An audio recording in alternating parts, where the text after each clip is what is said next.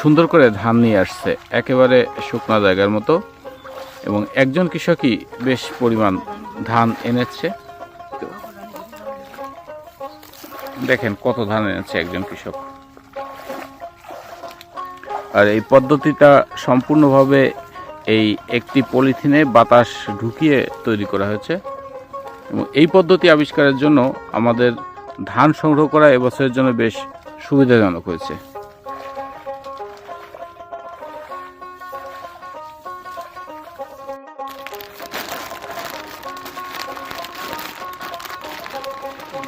অত ইয়ার লাগবে না, তো বেশি দুধ দেওয়া লাগবে না।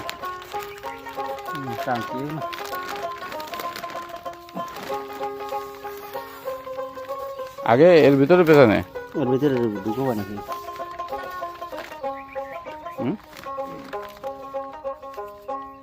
ভাই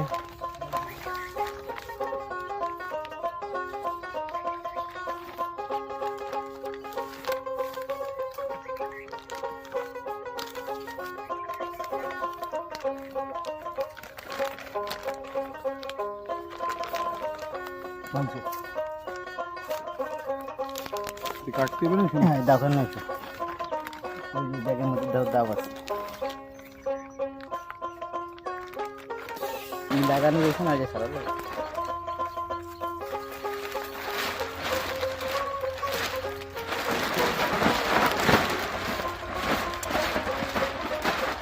নৌকো বানানোর যে প্রক্রিয়া, সেই প্রক্রিয়া চলতেছে।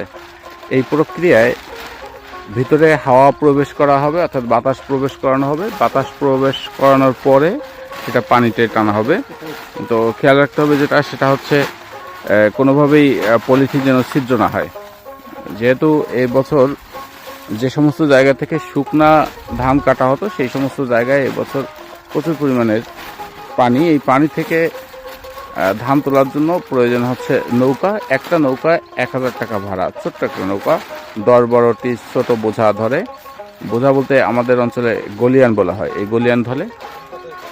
কিন্তু সেটার বিকল্প ব্যবস্থা কৃষক নিজেরাই আবিষ্কার করছে। যেমন ধরেন এই যে পলিথিন, 5 গজ থেকে 6 গজ পলিথিন প্রয়োজন।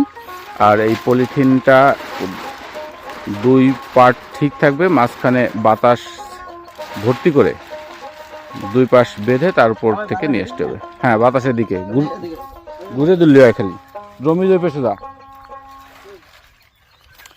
নৌকো বানানোর যে পুরো প্রক্রিয়াটা সেটা আমি আপনাদের দেখাচ্ছি। হ্যাঁ, এদিকে তুই পেশায় না, ওদিক যাবে কাউ। এই এবার দেখবে ওখানে দাঁড়া, রবীন্দ্রন দাঁড়া। এই তুই খালি ধর।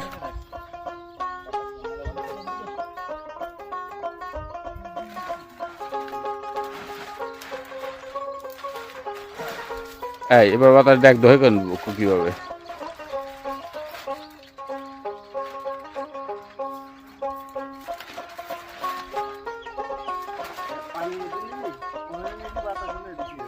হবে সমস্যা নেই তাতে।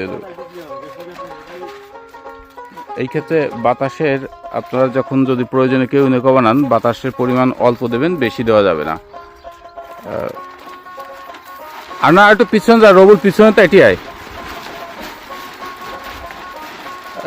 বাতাসের যে পদ্ধতিটা আপনারা দেখছেন,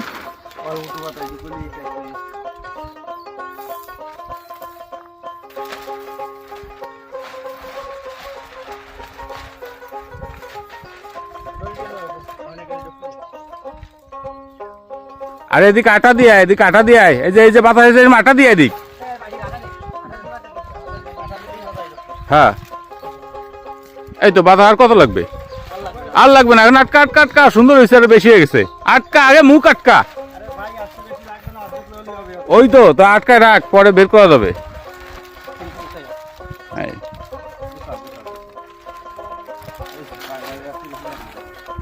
অত আর বেশি হয়ে গেছে মনে হয়। ঢুকায় না, আর বেশি হয়ে যাবে।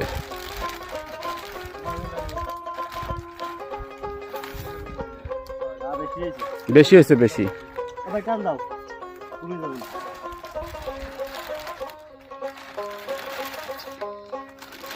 এখন হা কমাই পারবো না রে দেখ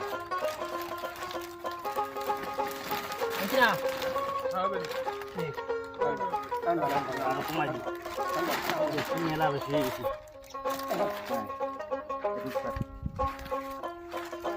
কম কাটলেও বেশি বলা হুম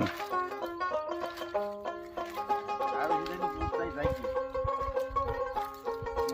পলিথিনে নৌকো বানানোর পুরো প্রক্রিয়াটা আমরা আপনাদের দেখালাম এবং এখন আপনারা দেখবেন যে ধান কিভাবে এর মাধ্যমে নিয়ে আসে। আসলে খুবই অল্প খরচ। আমাদের পলিথিনের ব্যবহারটা দিন দিন কমানো প্রয়োজন, যেহেতু এটা পরিবেশের জন্য খুব ক্ষতিকর। তবে প্রয়োজনের সময় এটা দরকার আছে, তো যেখানে প্রয়োজন সেখানেই ব্যবহার করা উচিত। তাছাড়া পলিথিনের ব্যবহার যথাসম্ভব কমানো প্রয়োজন। এই হচ্ছে পলিথিনের নৌকা নিয়ে নামতেছে। এরপরে যে ধান দেখছেন এই ধানগুলোই সংগ্রহ করা হবে। অর্থাৎ পানি এখানে বোধহয় 10-12 ইঞ্চি বা 15 ইঞ্চি পানি আছে। 15 ইঞ্চি পানির ভিতর দিয়ে নেওয়া যাবে। মোটামুটি 4 থেকে 5 ইঞ্চি পরিমাণ পানি থাকলে তার উপর থেকে এইভাবে আনা যায়। এটা বেশ ভালো। আমি একটু জুম করি।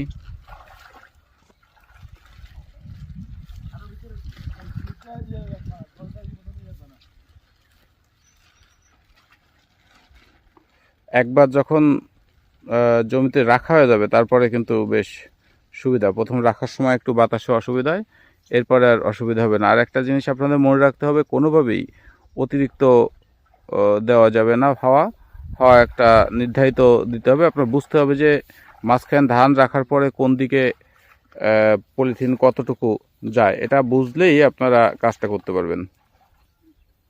এই যে বেঁধে বেঁধে রাখছে,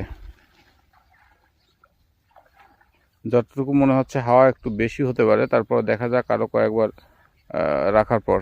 আপনারা ওখানে একটা কলার ভেয়া তৈরি করে নিয়েছে, কলার ভেয়ার উপরে প্রথম রাখছে।